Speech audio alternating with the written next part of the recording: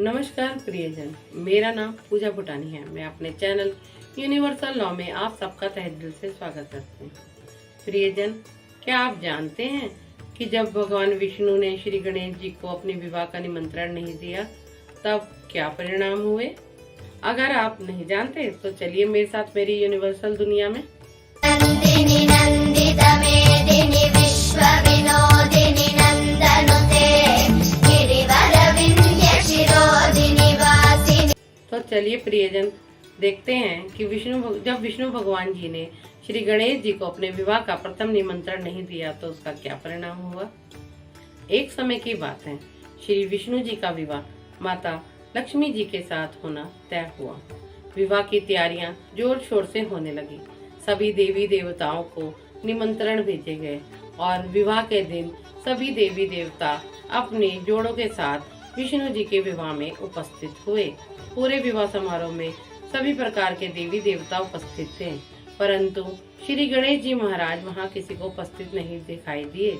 तब सभी लोग आपस में पूछने लगे, क्या गणेश जी को निमंत्रण नहीं दिया था क्यों, या वो वैसे ही नहीं आए? तब ये प्रश्न सबने जाके श्री विष्णु भगवान जी से पूछा।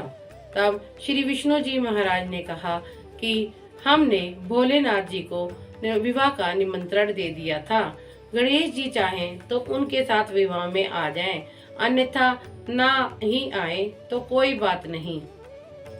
वैसे भी उनको 1.25 मन मूंग, 1.25 मन चावल, 1.25 मन घी और 1.25 मन लड्डू का भोग चाहिए। इतना सब कुछ, और वो भी किसी दूसरे के घर में। इससे अच्छा वो नहीं भी आएंगे तो कोई फर्क नहीं पड़ेगा। ऐसा कहकर वे आपस में बातें करने लगे। तब किसी ने कहा कि कोई नहीं, अगर श्री गणेश जी आ भी जाते हैं तो उनको कहेंगे कि वे बारात में जाके क्या करेंगे। वैसे भी उनकी सवारी तो मूषक है जो बहुत धीरे धीरे चलती है, इससे वे बारात में बहुत पीछे रह जाएंगे। इसलिए अगर श्री गणेश जी आ भी जाएं तो उन्हें बहला फुसला के घर में द्वारपाल बना के बैठा देंगे ताकि वो घर की रखवाली करते रहें। इतने में श्री गणेश जी महाराज जी वहां पहुंच गए। तब सब लोगों ने उनके साथ ऐसे ही किया। उनको घर पे बैठा दिया और कहने लगे कि आप मूषक पे बैठ के कहाँ बारात में जाएंगे, आप तो बारात में पीछे ही रह जाएंगे। ऐसा करिए, आप घर में द्वारपाल बन के बैठ जाइए। ऐसा कह के बारात निकल गई। सभी देवी देवता, विष्णु भगवान जी सब चले गए और श्री गणेश जी महाराज को द्वारपाल बना के घर पे बैठा दिया। थोड़ी देर बाद वहां पर नारद जी आए। उन्होंने श्री गणेश जी महाराज को द्वारपाल बना बैठा देखा घर। तब उन्होंने श्री गणेश जी महाराज जी से पूछा कि आप यहाँ पर क्यों बैठे हो। तब श्री गणेश जी महाराज जी ने नारद जी को कहा कि मैं विष्णु भगवान जी से बहुत नाराज हूँ। उन्होंने मेरा बहुत अपमान किया है। मुझे अपने विवाह समारोह में ना ले जाके मुझे घर का द्वारपाल बना के बैठा दिया। ऐसा कहने पर श्री नारद मुनि जी ने उनको कहा, ये तो सही बात नहीं है।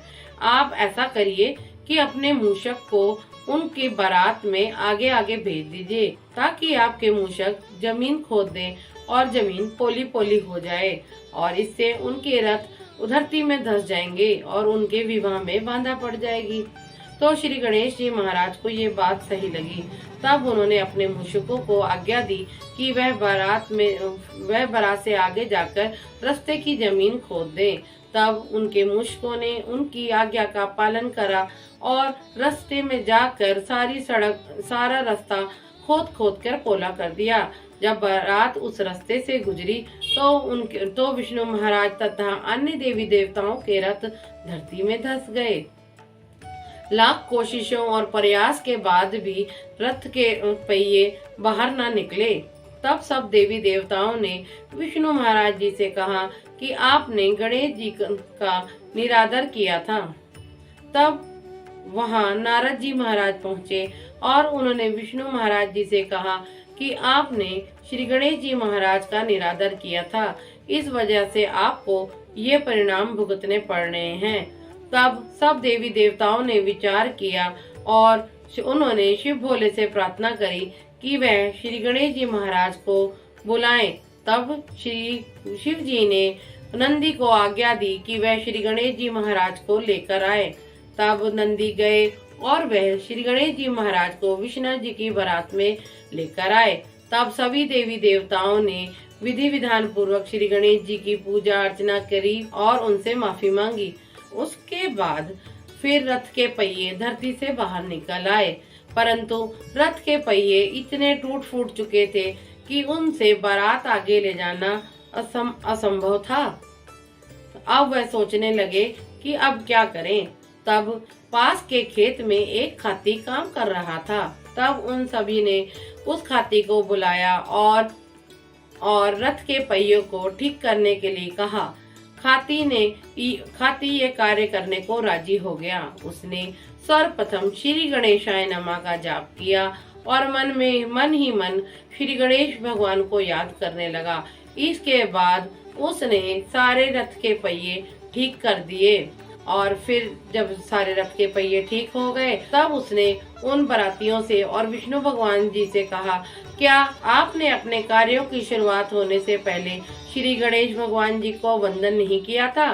क्या आपने उनको प्रथम निमंत्रण नहीं दिया था? हम तो छोटे प्राणी होने के बाद, तुच्छ होने के बाद भी श्री गणेश जी महाराज को प्रथम निमंत्रण देते हैं। क्या आपने ऐसा नहीं किया?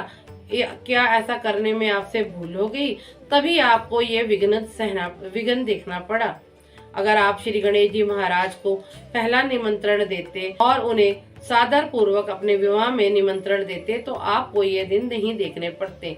तब विष्णु भगवान जी को और अन्य बरातियों को अपनी गलती का एहसास हुआ। उन्होंने पुनः श्री गणेश जी के आगे नमन किया और उनसे क्षमा मांगी। तो प्रियजन, ये थी विष्णु भगवान जी की विवाह की कहानी। तो प्रियजन, हमें इस कहानी से यही शिक्षा मिलती कि आज के समय में जब हमारा कोई भी विवाह का समारोह होता है, कुछ होता है, तो हमारे घर से प्रथम निमंत्रण श्री गणेश जी को दिया जाता है। इसके पीछे हम ये भी समझ सकते हैं कि जब उस समय श्री विष्णु जी ने, जो परमात्मा कहे जाते हैं और भगवान कहे जाते हैं, उन्होंने अपने विवाह का प्रथम निमंत्रण अगर गणेश जी को नहीं दिया था तो उनके साथ ऐसा हुआ। तो हम तो तुच्छ प्राणी हैं, तो हमें इस बात का ध्यान जरूर रखना चाहिए कि गणेश जी महाराज की प्रथम पूजा का विधान है। हमें कोई भी शुभ और मांगलिक कार्य करते समय उन्हें प्रथम निमंत्रण जरूर देना चाहिए। इसके साथ मैं अपनी इस कथा को यही विश्राम देती हूँ और मैं श्री गणेश जी महाराज से प्रार्थना करती हूँ कि जैसे उन्होंने श्री विष्णु जी भगवान जी के काज बनाए वैसे हम सबके काज बनाना। ओम श्री गणेशाय नमः। प्रियजन, अगर आपको मेरी ये कथा अच्छी लगती है तो अपने अन्य मित्रों के साथ लाइक एंड शेयर कीजिए। अगर आपको मेरा ये चैनल पसंद आता है तो इसे सब्सक्राइब कीजिए, बेल आइकन बटन को दबाइए। अगर आप मुझसे किसी अन्य कथा के बारे में श्रवण करना चाहते हैं तो मुझे कमेंट बॉक्स में जरूर लिखिए। अगर आप कोई सुझाव देना चाहते हैं तो वो भी आप मुझे कमेंट बॉक्स में लिख सकते हैं।